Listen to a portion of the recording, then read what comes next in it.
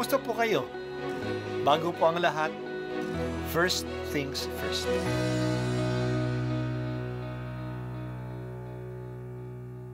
Good morning po. Sinisimulan po natin ngayon ang first things first.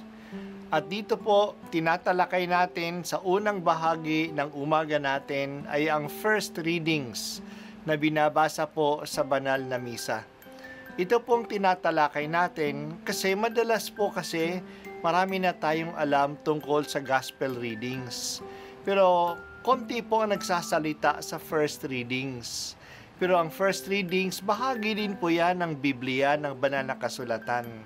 Kaya susubaybayan po natin ang mga first readings, basahin po natin at kuminsan kailangan ng basahin ng 2 o 3 beses bago maintindihan kasi hindi po tayo familiar sa mga istorya at sa mga kaisipan na tinatalakay dito. Ang pagbasa mula sa mga gawa ng mga apostol. Sinalubong ni Cornelio si Pedro at nagpatira pa sa harapan nito at sumamba. Ngunit sinabi ni Pedro, "Tumindig kayo, ako'y tao ring tulad ninyo.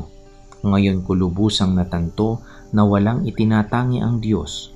Nalulugod siya sa sinumang may takot sa Kanya at gumagawa ng matuwid kahit saang bansa." Nagsasalita pa si Pedro nang bumaba ang Espiritu Santo sa mga nakikinig ng salita.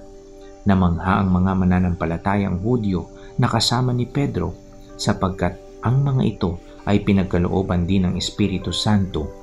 Narinig nila ang mga hentil na nagsasalita sa iba't ibang wika at nagpupuri sa Diyos. Kaya't sinabi ni Pedro, "Tulad natin, sila'y pinagkalooban din ng Espiritu Santo. Sino pa ang makahahadlang na binyagan sila sa tubig?"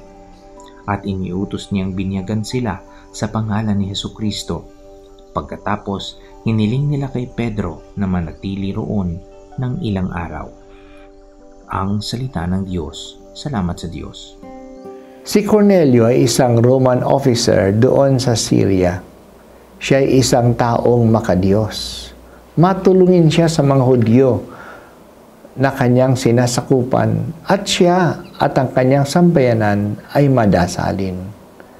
Isang araw habang sila ay nagdarasal, nagkaroon siya ng pangitain ng isang anghel na sinabi sa kanya na magsugo ng ilang tao sa Joppa, isang di kalayo ang lugar, upang kaunin doon si Simon na tinatawag na Pedro sa bahay ni Simon na tagapagbilad ng mga balat ng hayop.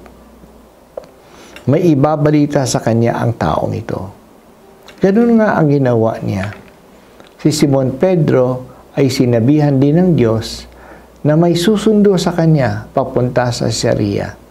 Sumama siya sa kanila. Pagdating ni Pedro sa bahay ni Cornelio, sinalubong niya siya ng buong galak. Nagpatira pa siya sa harap ni Pedro. Pinatindig siya ni Pedro kasi kapwa lang naman silang tao. Nakita ni Pedro ang pagiging relihiyoso ni Cornelio at ang buong pamilya niya. Nagpahayag si Pedro sa kanila tungkol kay Jesus. Habang nagsasalita siya, bumaba ang Espiritu Santo na sa buong grupo. Nakapagsalita sila sa iba't ibang wika at nagpuri sa Diyos. Dito natanto ni Pedro na walang itinatangi ang Diyos.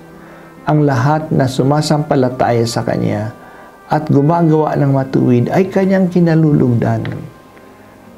Doon din ay bininyagan niya ang buong grupo. Ang pagbibinyag kay Cornelio at ng kanyang sambayanan ay ang unang pagbinyag sa mga hindi Hudyo. Nakikita natin that all these things were arranged by God Himself. Ang anghel ng Diyos ang nagpasugo kay Cornelio na magpadala ng magkakaon kay Pedro. Si Pedro naman ay sinabihan na sumama sa susundo sa kanya. Ang Espiritu ang naunang bumaba sa mga pagano bago pa sila mabinyagan. All were arranged, pre-arranged by God. Ibig sabihin na ito'y kalooban ng Diyos. Noong tinanong si Pedro ng mga Kristiyano sa Jerusalem, bakit siya pumasok sa bahay ng isang pagano na bawal sa mga Hudyo? Ikinento ni Pedro ang pangyayaring ito. Nabuksan ang mata ng mga kasama niya na ang kaligtasan ay para pala sa lahat at hindi lang sa mga Hudyo. Noong si Pablo at si Bernabe ay pumunta sa Jerusalem at nagkwento na maraming mga hintil ang naniwala kay Jesus kahit na hindi sila tinuli, maraming mga Kristiyanong Hudyo ay hindi sumang-ayon sa kanila. Dapat daw tituloyin muna sila bago binyagan. Nagsalita si Pedro at tinukoy niya ang kanyang karanasang ito bilang patunay na hindi nare-require na maging circumcised bago mabinyagan.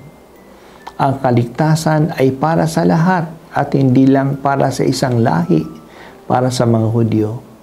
Hindi na kailangan na maging Hudyo muna bago tumanggap ng Espiritu Santo.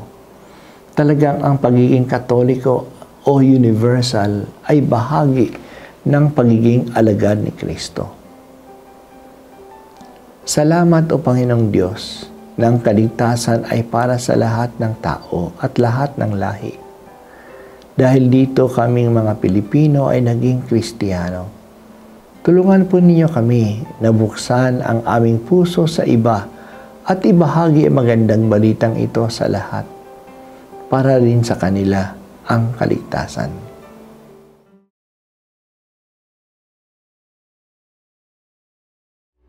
At ako po ay si Bishop Broderick Pabilio dito sa First Things First.